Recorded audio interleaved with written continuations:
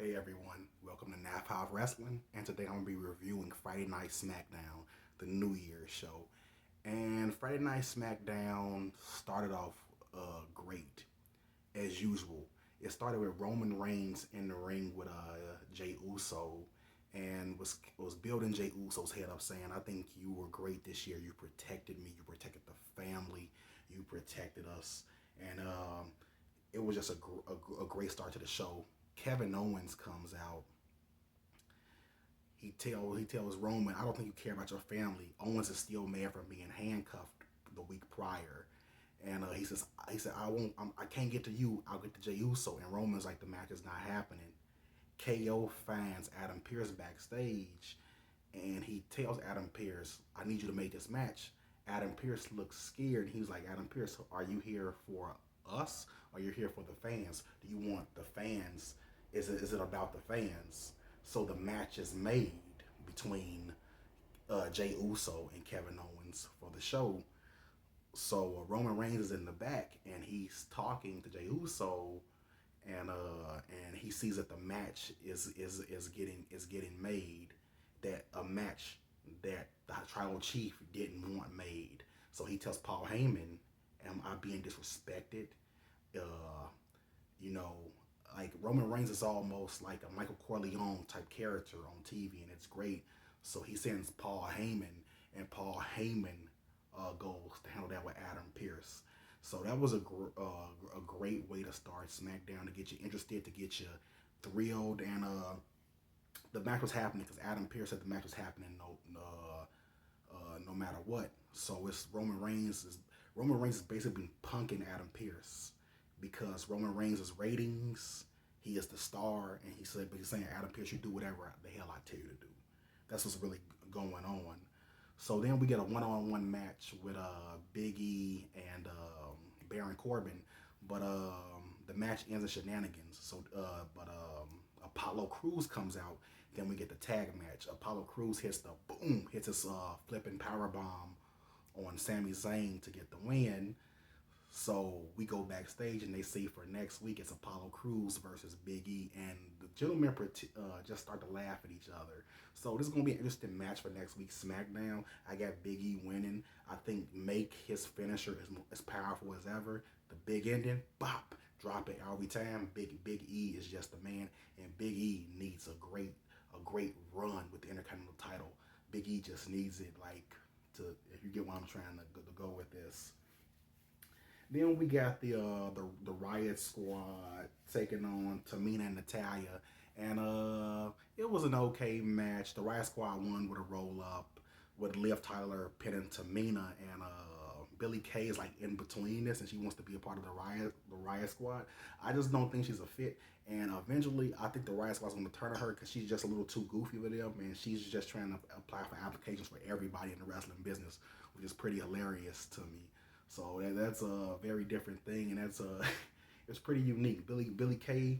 I'm gonna be honest. I want Billy Kay and Peyton Royce to get back together. I think their bond was still good with each other. I like the Iconics. I like their merchandise, and I like their style. To me, since both of them separate, they don't know where they're going. I want them back together. I want the Iconics back because the Iconics were cool. And when they're separate, I think they don't know what to do with these girls. I just don't think they know what to do. Then we got a good segment with the Street Profits, and they were like came out with a band playing the drums, how great they are, and they've been the best tag team probably of the year. And they were talking about Dolph Ziggler, calling him a fake HBK, which I think is hilarious. And instead of the heartbreak kid, the heartache kid. But what I liked about this, Ziggler and Rude showed up, and finally, we never seen the Street Profits get a beat down.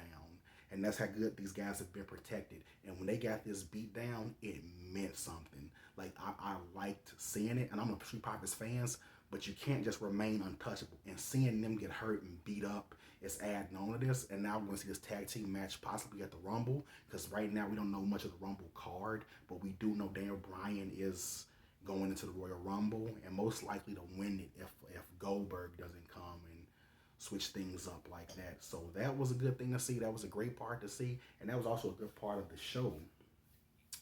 And I'm gonna keep things rolling around. Like it was good to see, but I think it's really it's time to start making some matches for the Rumble. We're getting close, and I like the whole comic book design they're doing this year. It's pretty cool, and I like it. And then on the show we had Jay Uso versus Kevin Owens. And what can I say? Jay Uso and Kevin Owens delivered. They were beating each other up, fighting all over the place. Jay flew off the top rope and missed and ate a stunner. And 1, 2, 3. But Kevin Owens hit him with a second stunner. And I mean, this stunner had some stank on it. So Kevin Owens pulls out handcuffs. He handcuffs Jay Uso to the ring and literally just beats the shit out of him. Beats the shit out of him. Then he handcuffs him and beats him up near the LED boards, which was cool as hell. And like he's planning to throw him off. Roman Reigns shows up at the last minute and put them paws on Kevin Owens. Roman Reigns is the man. Roman Reigns is top dollar.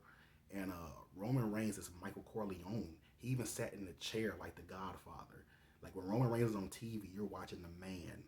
And whoever is in control of SmackDown, you're doing a great job. You guys need to go over to Raw and help them out. Because outside of SmackDown's been consistently better than Raw. Outside of Drew McIntyre and the Randy and Fiend feud, SmackDown has been consistent. Storytelling has been great. And Reigns literally beat him. There were blood marks over Kevin Owens' face. Roman Reigns was putting them paws on him, putting him down, stood him up, and threw him off the stage. Like, this was like a 10-foot drop through the tables. It was perfect. Like, Roman Reigns looked at Kevin Owens like, I'm tired of you. I'm tired of your shit, and I'm taking you out. But I still give it to Kevin Owens. In those fights with Roman Reigns, Kevin Owens has lost, but by shenanigans. Roman Reigns, to me, is going to have to prove that he can beat Kevin Owens with no BS. And that's going to be at the Rumble. They need to make this match. But Roman has to beat Kevin Owens straight up. And the way he kicked his ass tonight, I believe it and I liked it. Roman Reigns is the top dog. I see why the ratings come in. He is the star.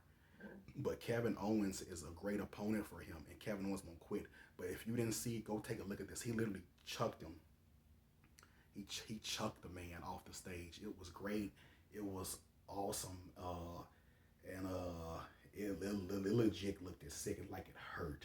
And I felt bad for Kevin Owens. But I do think Kevin Owens needs a straight up one-on-one match with your tribal chief, the head of the table, Roman Reigns at the Royal Rumble. Bianca Belair and Sasha Banks, they're great as always. They tagged up and against Bayley and Carmella. Carmella flipped around and hit a flying X Factor to pin Sasha Banks. And the sommelier, Reginald, he began doing Circus Olay type maneuvers during the match. So I'm feeling Carmella with the sommelier Reginald. Like he's her Virgil, but a more athletic version. And I kind of like it, and I think it's kind of hilarious. And I want to see where that goes into the Women's Royal Rumble. Like my pick for the Women's Royal Rumble, you'll get that later. But it's gonna be interesting. That whole women situation right now is great. And then we got Daniel Bryan and Otis. They tagged up to take on Nakamura and Cesaro. And this is a dream match I haven't gotten in WWE. I want Shinsuke Nakamura versus Daniel Bryan for the Intercontinental title.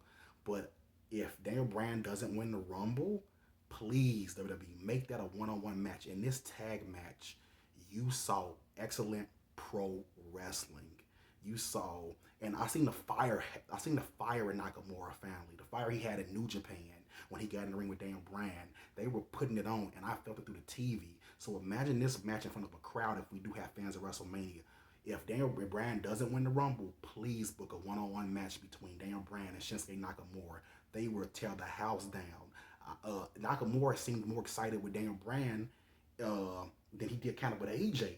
And you know that him and the AJ match at 34 didn't really live up. But I think him and the Daniel Bryan match, that will tear the house down. Their chemistry was so good. Daniel Bryan flipped him over, LaBelle lock, he taps out. But the legitimacy of the movement and the style was just beautiful. Please make this match down the line. It's a match I want to see. And I think it's a match the world wants, especially on a grand stage like WrestleMania. And like I say, SmackDown, they're doing it going in 2021. I want Raw to be on the same level. NXT has the great wrestling. AEW is on their way up there too. So 2021 starting off on a good win. And later tonight is a Wrestle Kingdom, the WrestleMania of Japan, Wrestle Kingdom 15, and I will review that show. And I'm excited for it, and I hope you are too. And I hope you watch tonight. I think it starts at 2 in the morning. It's a 2-night event, Wrestle Kingdom. So 2021 starting good. Just if you get Raw on that page, SmackDown, another great show. Leading into the Royal Rumble, SmackDown's great. Roman Reigns is the Tribal Chief. And thank you guys, and God bless, and ooh, ah, yeah.